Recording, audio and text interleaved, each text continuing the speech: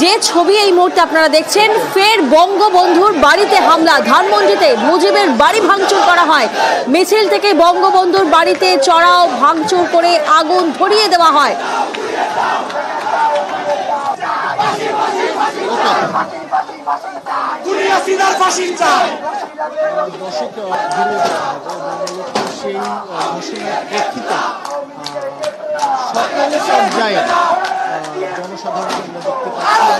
যে ছবি এই মুহূর্তে আপনারা দেখছেন, ফের বঙ্গবন্ধুর বাড়িতে হামলা। ধানমন্ডিতে সেখানে মুজিবের বাড়ি ভাঙচুর করা হয়।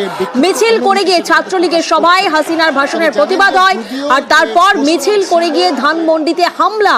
গত বছর শেখ হাসিনা দেশ ত্যাগের পরও হামলা হয় ধানমন্ডির বঙ্গবন্ধু ভবনে, এবং আজ একই ছবি দেখা গেল। ফের একবার বঙ্গবন্ধুর বাড়িতে হামলা হয়, বাড়ি ভাঙচুর করা হয় এবং আগুন ধরিয়ে দেওয়া হয়।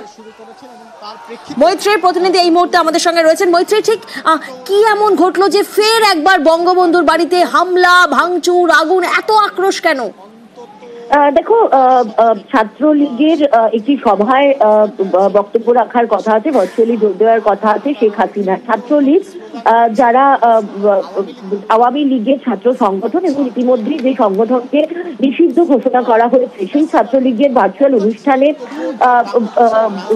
শেখ হাসিনার যোগ দেওয়ার, সেখানে ভার্চুয়ালি শেখ হাসিনার যোগ দেওয়ার খবর শুনতেই ছাত্র জনতার তরফ থেকে এই ক্ষোভে তারা ফেটে পড়েন এবং তারপরেই তারা জড়ো হন। তারা প্রথমে ধানমন্ডির রাস্তায় জড়ো হন এবং সেখান থেকে ধানমন্ডির 32 নম্বর রাস্তার 10 নম্বর বাড়ি, যেটা বঙ্গবন্ধুর বাসভবন, যেখানে 1975 সালের 15ই অগস্ট পর্যন্ত যে বাসভবনে থাকতেন শেখ মুজিবুর রহমান, সেই বাড়িতে তারা চড়াও হন। সেখানে ভাঙচুর চালান, জানলার কাঁচ ভেঙে ফেলেন, আগুন ধরিয়ে দেন। ফলে এই যে আক্রোশ, সেটা কোথাও একটা গিয়ে তাদের যে ভয়ের বহিঃপ্রকাশ বলেও কিন্তু অনেকে দেখছেন। তার কারণ ছাত্রলীগ আবারও তারা দলবদ্ধ হচ্ছে এবং আওয়ামী লীগের তরফ থেকে একাধিক প্রতিবাদ জানানো হয়েছে এবং সেই ছাত্রলীগের সভায় ভার্চুয়ালি বক্তৃতা দেওয়ার কথা রয়েছে। ফলে তার আগেই তাদের ক্ষোভের বহিঃপ্রকাশ কিন্তু এভাবেই দেখা গেল।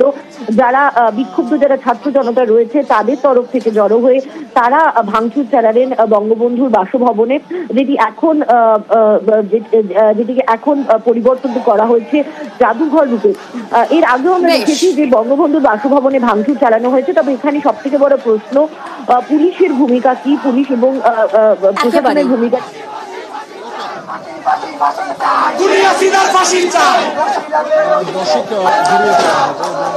সেই ঘোষণার প্রেক্ষিতে সকল পর্যায়ে জনসাধারণকে আমরা দেখতে পাচ্ছি,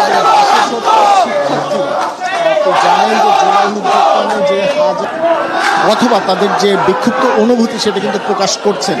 আপনারা জানেন যে যদিও যে ঘোষণা ছিল যে আওয়ামী লীগ 32 নম্বর এই অবস্থান, এবং তাদের অবস্থানের প্রেক্ষিতে তারা সন্ধ্যার পর থেকেই ধানমন্ডি 32 এবং তার আশেপাশে এসে জড়ো হতে শুরু করেছেন, এবং তার প্রেক্ষিতেই কিন্তু এই যে বিক্ষিপ্ত যে এবং বিক্ষুব্ধ যে কার্যক্রম, যে ছবি এই মুহূর্তে আপনারা দেখছেন, ব্যাপক ভাঙচুরের পর ধানমন্ডির 32 নম্বরের বাড়িতে আগুন ধরিয়ে দেওয়া হয়, ব্যাপক ভাঙচুর করা হয় বঙ্গবন্ধু শেখ মুজিবুর রহমানের বাড়িতে। ফের বঙ্গবন্ধুর বাড়িতে হামলা। ধানমন্ডিতে 32 নম্বর মুজিবের বাড়িতে ভাঙচুর করা হয়। মিছিল থেকে বঙ্গবন্ধুর বাড়িতে চড়াও হয়, আর তারপর ভাঙচুর করে আগুন ধরিয়ে দেওয়া হয়। ছাত্রলীগের সভায় হাসিনার ভাষণের প্রতিবাদ। মিছিল করে গিয়ে ধানমন্ডিতে হামলা, 32 নম্বর বাড়ি। ফের বঙ্গবন্ধুর বাড়িতে হামলা এবং হামলার পর ভাঙচুর, আর ভাঙচুরের পর দেখুন আগুন ধরিয়ে দেওয়া হয়।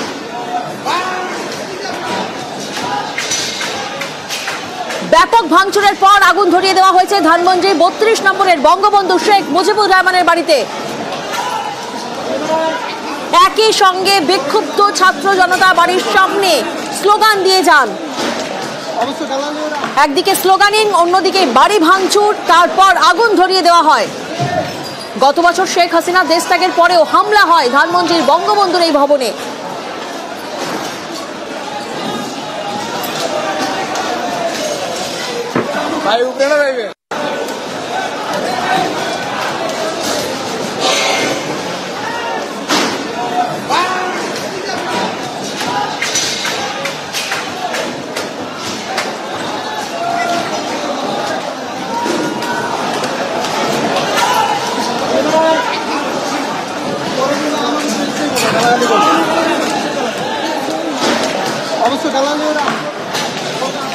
সন্ধ্যার পর থেকেই ধানমন্ডির 32 নম্বরের সামনে এসে জড়ো হয় ছাত্রলীগ, এবং যেখানে আমরা দেখেছি যে ছাত্রলীগের সবাই হাসিনার ভাষণের প্রতিবাদ হয়। মিছিল করে গিয়ে ধানমন্ডিতে হামলা, ফের বঙ্গবন্ধুর বাড়িতে হামলা, মুজিবের বাড়ি ভাঙচুর করা হয়, তারপর ভাঙচুর করে আগুন ধরিয়ে দেওয়া হয়। মিছিল থেকেই বঙ্গবন্ধুর বাড়িতে চড়াও হয় উত্তেজিত যে ছবি এই মুহূর্তে আপনারা দেখছেন। রীতিমতো মিছিল হয় এবং সেই মিছিলের পর বাড়িতে চড়াও হয়, বঙ্গবন্ধুর বাড়িতে চড়াও হয়, তারপর বাড়ি ভাঙচুর করা হয়, আগুন পর্যন্ত ধরিয়ে দেওয়া হয়। অথবা আওয়ামী লীগের রাজনীতির সঙ্গে যে বা যারা জড়িত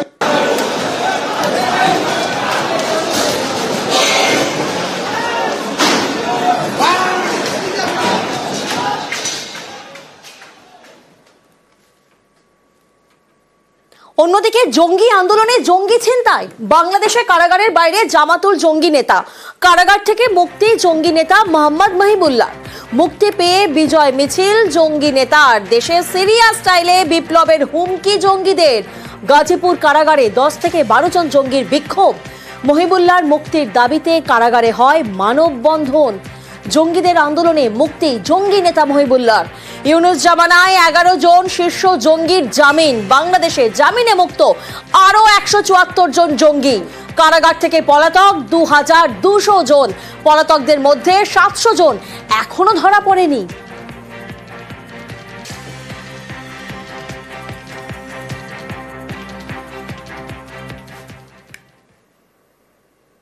এইরকম একটা যখন অস্থির পরিস্থিতি বাংলাদেশে, তখন অন্যদিকে আমরা কি দেখছি? ইউনুস সরকারের পাকপ্রীতি। কয়েক মাসের মধ্যেই ঢাকা করাচি সরাসরি বিমান চলাচল করবে। ঢাকা করাচি রুটে উড়বে ফ্লাইট জিন্না। পাকিস্তান থেকে বিমান চলাচলে অনুমোদন ঢাকার। ঢাকা করাচির মধ্যে কার্গো ফ্লাইট চালু করার পরিকল্পনাও রয়েছে। ইউনুস সরকারের জামানায় চট্টগ্রাম করাচির মধ্যে সরাসরি জাহাজ চলাচল শুরু হয়, আর এবার কয়েক মাসের মধ্যে ঢাকা করাচি সরাসরি বিমান চলাচলের সম্ভাবনা।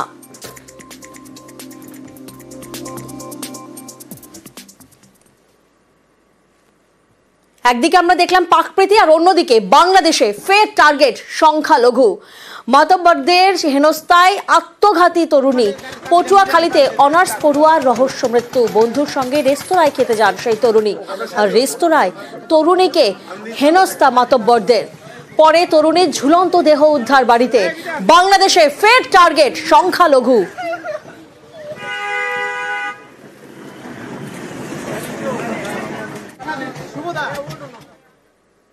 কম্বল বিলি করতে হেলিকপ্টারে সফর। বাংলাদেশে ইউনুস সরকারের যুব ক্রীড়া উপদেষ্টা আসিফ মাহমুদের বিলাসবহুল সফর ঘিরে বিতর্ক। গত বছর ডিসেম্বরে কুড়িগ্রামে কম্বল বিতরণ অনুষ্ঠানে যোগ দিতে হেলিকপ্টার ব্যবহার করেন আসিফ, যার ভাড়া 21,26,700 টাকা, আর এর মধ্যে 8,73,585 টাকা শোধ করা হয়।